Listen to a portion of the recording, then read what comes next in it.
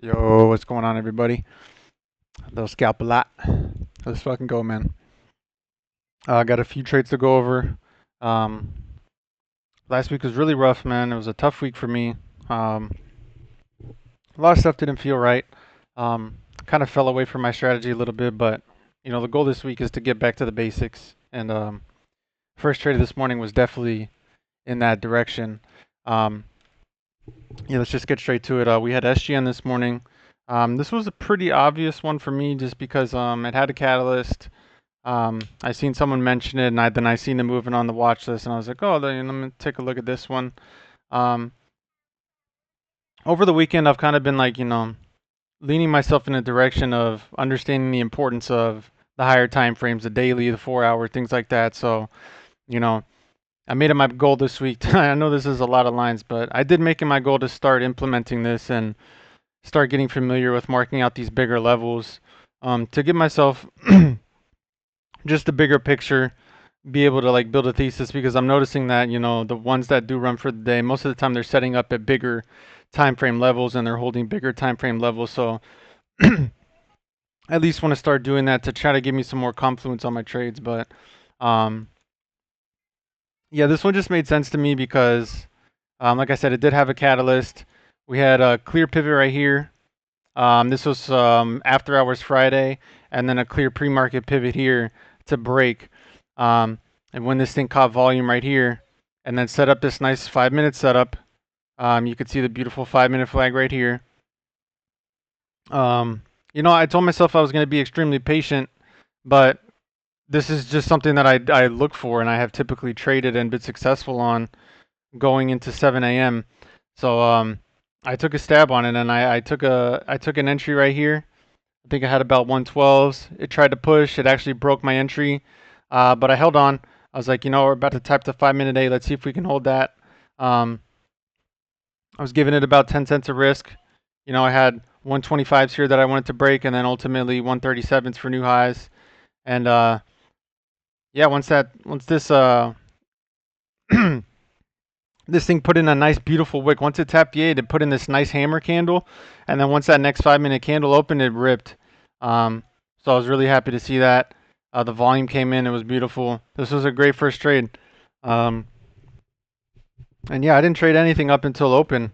I didn't really see. I did see AREB, and I didn't take this trade, but it would have been a decent little win. I thought I was expecting it to pull back a little bit more, but it's okay.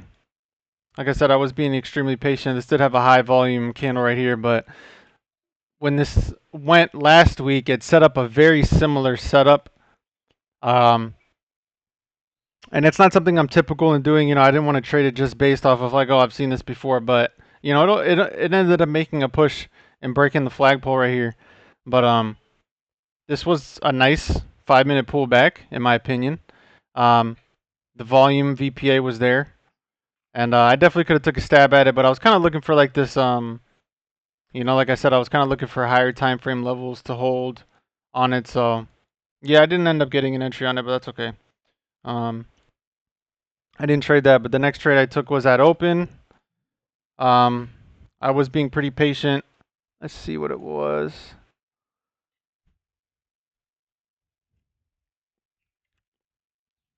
Let me see. Let me see. Let me see. Where am I looking here? Okay, AREC. Um, so this thing caught volume right here. Um, Let me go. Actually, let me pull it up a 5 minute here. I believe this one had a catalyst. It did have news. So I was definitely pretty interested because of that. And it gave a nice move on the 5 minute right here. Let me see. I actually took a loss on this at first. Um, I had a nice 5 minute look right here. It was a little bit extended off the 5 minute 8. So, God, where did I take an entry off of it? I believe I had 72s on it or something like that. I had a pretty good entry.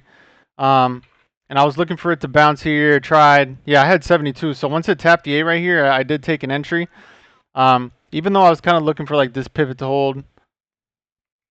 Yeah, it just dipped, but it, you know, on the 5 minute right here, it did set up. So I'm not too familiar with what the setup is, but I know Mikey and all them who I traded with were talking about something they saw, but um, I did get chopped up on that first 5 minute setup right here that just continued to pull back, but I did try again down here because I was like, you know, it looked like it wanted to try to hold this area. And I ended up taking some like down here up into VWAP. Nothing crazy. Um, I think a lot of the eyes were on Weeble today. Go figure. Um, and this thing had beautiful price action. I did take a little trade on this 5 minute pullback right here. Didn't look for much. It's not my typical price range. Um, but I did take a little trade there. I mean, this thing made a massive move for the day, and you know, but again, just not my price range. Not my style. I don't even know what the float was on this thing, but it did have nice price action looking at it. But yeah, really didn't trade much today. I'm trying to trade less, but you know, find higher quality things. Um, AREC was definitely tricky. I ended up giving back a lot of profits on this fail right here, but you know I made it back, and you know this wasn't my typical setup, so I just need to be more careful. You know, just something to keep in mind. Like, hey, this wasn't an A+ setup. Yes, it worked, but you know I can't continue to do these things all the time and expect them to work all the time. You know, this is a lower quality, but um, I did take another loss right here on this because this, you know, once it did finally break out, it set up another 5 minute flag. Didn't work. It tried, but you know. It's all good. It's very choppy, so just need to continue to be picky. And yeah, we're going to see what tomorrow brings. That's all I got. See you.